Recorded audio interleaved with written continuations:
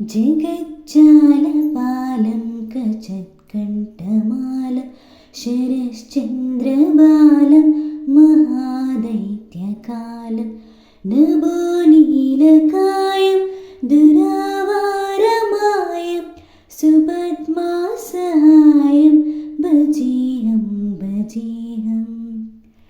सदाम्बुदिवासं गलत्पुष्पहासं जगत्सन्निवासं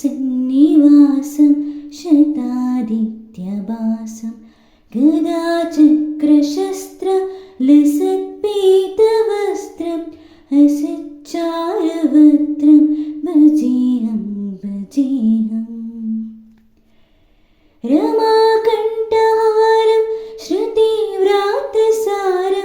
जनान्तर्विहारं धराभारहारं चिदानन्दरूपं मनोज्ञस्वरूपं धृतानेकरूपं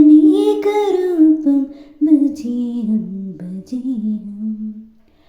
जराजन्महीनं परानन्दपीनं समाधानलीनं सदैवानदीनं जगज्जन्महेतु सुरानेककेतुं त्रिलोकैकसेतुं